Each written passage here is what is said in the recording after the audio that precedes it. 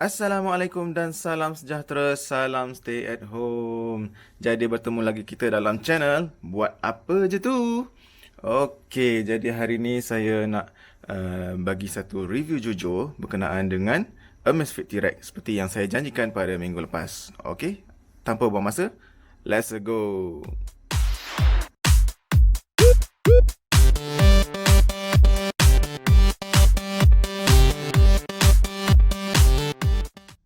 Hai, welcome back guys. Jadi bersama saya lagi Iskandar dalam channel Buat Apa Je Tu. Okey, jadi saya akan terus fokuskan kepada review saya secara jujur pada Amazfit T-Rex. Pertama sekali sebelum kita masuk ke bahagian dalam, saya akan terus fokuskan di bahagian luar dahulu. Okey, daripada segi binaannya. Okey, binaannya terdiri daripada 4 material lah. Okey, yang pertama sekali adalah glass.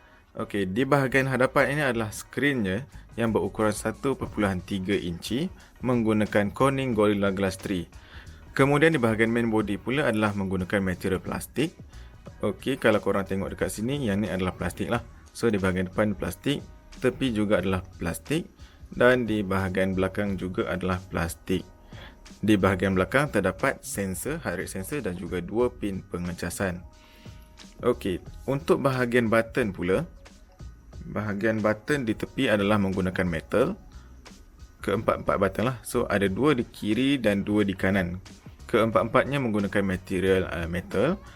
Kemudian bahan yang keempat adalah getah, di mana getah digunakan di bahagian talinya lah. Okey, kalau korang tengok getah yang digunakan sangat stretchable.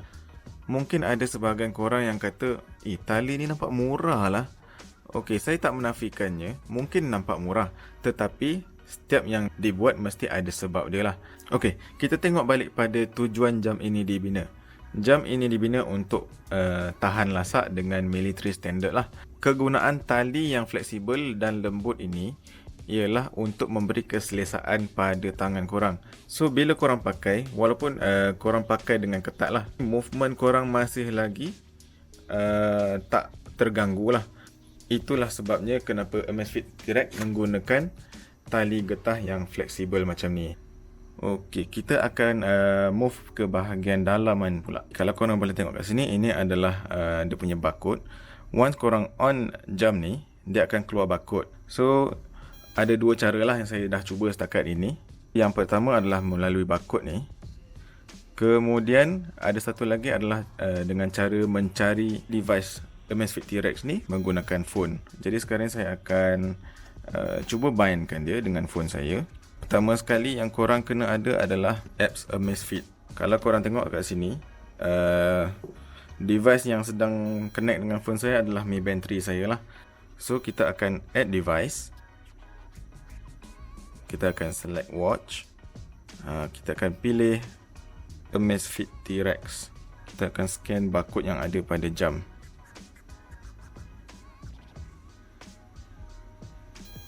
Okey, so dia sedang pairing.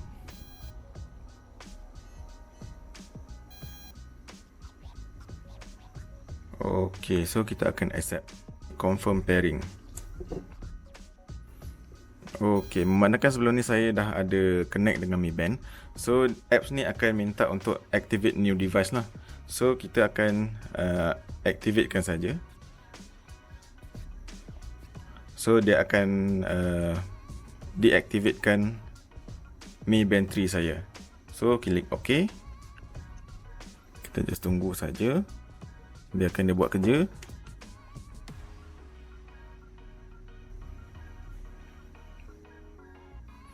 Okey, jadi pairing sudah berjaya. Alright. Okey, jadi yang bahagian ni restoring watch setting, sebab saya dah pernah connect lah sebelum ni.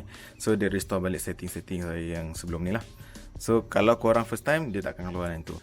Okey, sedikit lagi berkenaan dengan Amazfit apps. Okey, paparan Amazfit app ni sangat simple lah. Okey, dia hanya ada 3 tab di bawah ni. Ada homepage, enjoy dan juga profile. Okey, yang ni homepage ni adalah paparan aktiviti korang lah. So dekat bahagian atas adalah step. Okey, so berapa jumlah step korang akan diletakkan di sini. Kemudian yang ni adalah kilokalori. Yang ni adalah calorie burns lah untuk harian korang. Kemudian yang ni adalah sleep tracking. Okey, di bahagian bawah pula ada heart rate dan juga sleep score. So itu sahaja paparan di page ini. Kemudian di bahagian enjoy, okey, yang ni adalah function-function lain lah yang ada, seperti alarm, ada alarm clock, ada event reminder, find device, relatives and friend, target setting, dial setting, incoming call, apps alert, vibration mode dan unlock screen. Okey, kemudian di bahagian ketiga yang ni adalah untuk setting lah. So apa-apa yang korang nak setting berkenaan dengan jam, korang boleh pergi dekat bahagian sini lah. So yang ni adalah general. Kemudian kalau korang nak pergi yang lebih detail untuk jam korang, so korang boleh klik bahagian jam. So macam ni adalah Amazfit T-Rex. So yang ni adalah yang lebih detail lah, setting yang lebih detail untuk jam korang. Okay, so itu saja untuk apps Amazfit. So kita akan back balik pada jam kita. Let's go. Okay, sekarang kita akan kembali balik ke jam kita untuk lihat lebih terperinci. So di paparan sekarang adalah paparan utama jam, di mana yang ni adalah watch faces yang korang boleh tukar-tukar ganti macam yang saya sebutkan tadi. So cara tukar dia, korang boleh gunakan Amazfit apps ataupun mana-mana third party apps yang trusted lah, yang korang rasa trusted, korang gunalah. So korang boleh download macam-macam jenis. Okay, so sekarang kita akan pergi lebih detail lagi. So untuk swipe daripada kiri ke kanan, kita akan nampak notification.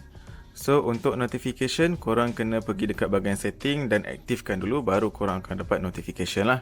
Okay, contohnya bila korang dah aktifkan, bila WhatsApp baru masuk dekat phone, dekat sini juga akan appear message tersebut dan korang boleh baca. Okay, untuk baca sahaja boleh, balas tak boleh ya. Sedangkan dekat telefon pun korang typo, kalau korang balas dekat jam ni, aku rasa cloud laut lagi typo korang. Okay, so kita pergi back balik pada ni.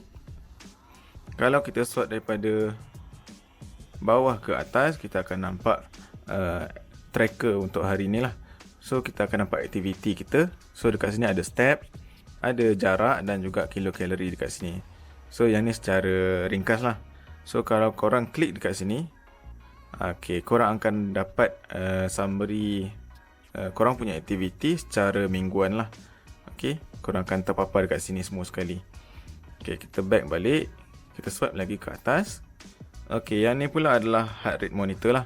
So heart rate korang yang semasa akan dipaparkan di sini lah. Okay, macam dekat sini dia nyatakan resting heart rate. Okay, kalau korang klik pula, dia akan pergi kepada heart rate monitor secara manual lah. So kalau korang klik OK, dia akan terus run heart rate monitor. So kita back balik, kita swipe lagi. Okay, yang ni ada beberapa fungsi lain lah. So dekat bahagian kiri, yang ni adalah flashlight. So kalau korang klik dekat sini, jam korang akan jadi macam flashlight lah. So dia akan naikkan brightness white sahaja untuk jadi flashlight. Kemudian di bawah ni adalah battery saver. Kalau korang klik dekat sini, dia akan terus jadi paparan basic sahajalah, macam ni. Kalau korang nak keluar daripada sini, korang kena klik pula di bahagian atas ni, lama-lama, and then dah keluar. Di bawah adalah DND, yang mana korang ada 3 pilihan lah. Sama ada nak enable, yang ni secara manual. Yang ni kalau korang nak setkan time tertentu lah, masa-masa tertentu untuk aktifkan DND. Dan juga smart ni kalau tak silap saya, dia akan DND ni akan aktif waktu korang tidur lah. Dia akan detect bila korang tidur, and dia akan aktifkan DND. So yang ni function DND. Kemudian yang ni untuk brightness adjustment lah. So yang ni aku gunakan auto brightness. So kalau korang klik A kat bawah ni, dia akan deactivate lah. So yang ni korang boleh adjust secara manual. So aku prefer auto. Okay, back lagi. Yang ni pula adalah screen lock. Untuk unlock dia, just klik select button. Okay, dah unlock. Senang saja. So itu function atas dan bawah dia lah. Okay. Okay, last kali kita function daripada swipe daripada kanan ke kiri. Okay, kanan ke kiri. Okay, yang ni adalah apps-apps yang ada dekat dalam ni lah. So ada banyak juga. Korang boleh tengok ada status, heart rate, workout, activities, weather, music, alarm, event, reminder, timer, countdown, find my phone, kompas dan juga setting. Okey, dekat bahagian status yang ni seperti paparan yang mula-mula tadi, dia ada korang punya aktiviti mingguan lah. Okey, back balik. Kita tengok heart rate. Sama juga, yang ni adalah untuk monitor heart rate secara manual. Okey, seterusnya adalah workout. Kalau korang klik kat sini, korang akan nampak macam-macam jenis workout. So, dia punya workout tu akan list dekat sini. Korang boleh tengok dekat sini. So, dia ada outdoor dan juga indoor lah. So, kalau outdoor, dia akan gunakan GPS. Itu extra dia. Dia akan track korang punya GPS, heart rate dan juga step lah. Okey, itu untuk sukan. Kemudian aktiviti. Aktiviti ni kalau korang dah ada aktiviti harian, contoh korang keluar jogging ke apa ke, mungkin akan ada rekod dekat sini lah. Kemudian adalah weather. Okey. Okey, seterusnya adalah music. Yang ni fungsi dia adalah untuk control music dekat phone. So once korang dah connect, dah play music dekat phone, so korang boleh control. Kat sini ada button previous, ada button next, play and pause dan juga korang boleh adjust volume lah. Tetapi ada kelemahan juga dekat bahagian ni. Music control ni, dia lebih compatible dengan music player pada phone sahaja. Kalau korang guna macam Spotify, Joox, YouTube Music, yang saya perasan bila kita pause music tu, kita tak boleh nak play balik. Kita kena buka phone dan play semula dekat phone lah. Tetapi kalau korang guna music player, baru korang boleh guna play and pause tu boleh function properly lah. Itu yang saya nampak kelemahan dekat bahagian ni lah. Kemudian alarm, korang boleh setkan alarm dekat sini. Yang ni alarm pada jam ya. Kemudian event reminder, yang ni korang boleh set dalam Amazfit app sendiri. Kemudian ada timer ataupun stopwatch lah. So yang ni adalah countdown, find my phone, dan kompas dan juga setting. Okay, find my phone ni kalau korang klik, dia akan terus bunyikan phone korang lah. So korang tahu kat mana kedudukan phone korang. So kompas, yang ni untuk tahu arah lah. Korang pun tahu apa kegunaan kompas kan. Okay, last sekali adalah setting. First sekali dalam ni adalah watch face setting. So kalau korang klik, yang ni adalah untuk pilihan paparan muka jam lah. Okay, kemudian screen on duration. Yang ni pula adalah untuk korang setkan bila screen time out korang. Kemudian adalah quick start. So quick start ni adalah button select lah. Yang ni aku letakkan workout sebagai quick start up. So apa-apa yang korang set kat sini, bila korang klik button select ni, dia akan terus keluar. So mana-mana benda yang korang paling kerap guna, korang bolehlah letak dekat sini. So kita back lagi. Okay, kemudian always on display. Macam sekarang ni aku close lah. Okay, kalau korang nak on lah. Okay, last sekali system. So system, okay, yang ni adalah firmware version semua. Regulation, dia ada reboot dan shutdown, dan factory reset. So kalau korang nak reboot ke, ada nak shutdown ke, so korang boleh pergi dekat setting dan korang boleh klik. So itu sahaja yang ada dekat dalam jam ni, tak ada yang berlebihan. Okay, last kali mungkin ada juga yang tertanya-tanya, kenapa, apa function button tepi ni kan. Okay, yang ni function dia memang macam dia nyatakan lah, untuk up dan juga down. Macam aku tadi banyak swipe kan, yang ni pun boleh guna juga. Sama je function dia, cuma sayang lah nak tekan button selalu kan. Tu je. So macam ni kita boleh back. Macam ni pun korang boleh pilih lah, boleh lah guna button ni. Okey, sekarang kita dah berada di penghujung video. Jadi sekarang saya nak rumuskan sedikit pendapat saya tentang jam ni. Okey, daripada segi build quality, design dan juga fungsi-fungsi yang disertakan, saya rasa untuk harga range 500 ke 700 ini adalah sangat berbaloi. Okey, itu pendapat saya lah. Korang dah tengok sendiri apa yang ada pada jam ni. Aku dah tunjukkan semua, tak ada hide apa-apa. Okey, so korang dah tengok apa yang aku tunjuk.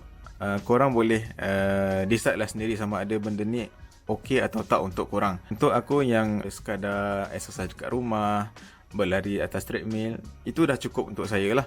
Berbandinglah kalau korang tu jenis yang suka hiking, trekking apa semua tu, jam ni kurang sesuai untuk korang sebab dia ada kekurangan pada bahagian sensor. Sebab kalau korang hiking, korang kena ada barometer, accelerometer bagai. Okey, yang tu tak ada pada jam ni. Yang ni hanya ada heart rate sensor dan juga light sensor sahaja. Okey, kalau korang jenis-jenis hiking, yang ni bukan untuk korang. Kemudian selain daripada tu, jam ni sedap pakai. Okey, sebab tali dia ni buat korang comfortable pakai. Cuma kekurangan dia, untuk tali korang tak boleh tukar senang-senang lah macam jam-jam smartwatch yang lain lah. Yang lain daripada tu, mungkin yang ni plastik, kalau dia bagi besi pun mungkin lebih baik lah. Okey, last sekali daripada segi ketahanan bateri. T-Rex claim dia boleh bertahan sehingga 60 hari jika menggunakan basic mode lah ataupun power saving mode sahaja. Okey, kemudian dia claim juga jika GPS di-onkan sepenuhnya, penggunaannya boleh mencapai sekitar 20 jam. Tetapi pada saya, untuk setting saya boleh dapat sekitar 12 ke 14 hari. Di mana saya dah onkan sleep tracking secara auto dan juga heart rate monitor secara maksimum, iaitu setiap 1 minit. Pada saya 14 hari tu waktu yang cukup panjang lah. So that's why saya ambil T-Rex, sebab ketahanan bateri dia pun sangat baik lah. So overall, itu sahaja komen yang jujur daripada saya. Kalau korang ada sebarang pertanyaan, komen ataupun cadangan, korang bolehlah dropkan dekat ruangan komen di bawah. Jadi kalau korang dah nampak jalan yang benar daripada review aku, korang bolehlah start menyimpan untuk beli jam ni. Alright? Kalau korang rasa tak sesuai pula, korang masih lagi banyak pilihan dekat luar sana. Okay? Itu saja untuk video kali ni. Apa-apa pun, jangan lupa like, share dan subscribe. Kita berjumpa lagi dalam channel Buat Apa Je Tu. Bye!